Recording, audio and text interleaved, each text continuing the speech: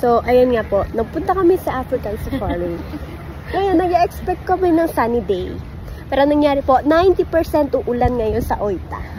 Ngayon po, itsura namin, hindi namin nakita aming paligid. Ito po kami ngayon, ito.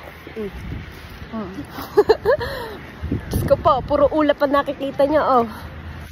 Ang ganda ko natin dyan po, focus o, tamo. Kumalaw din. Makapi na lang kami. Lord, kasi wala, ayaw mag... Ba yan na, ulang kasi. Hey! Mate!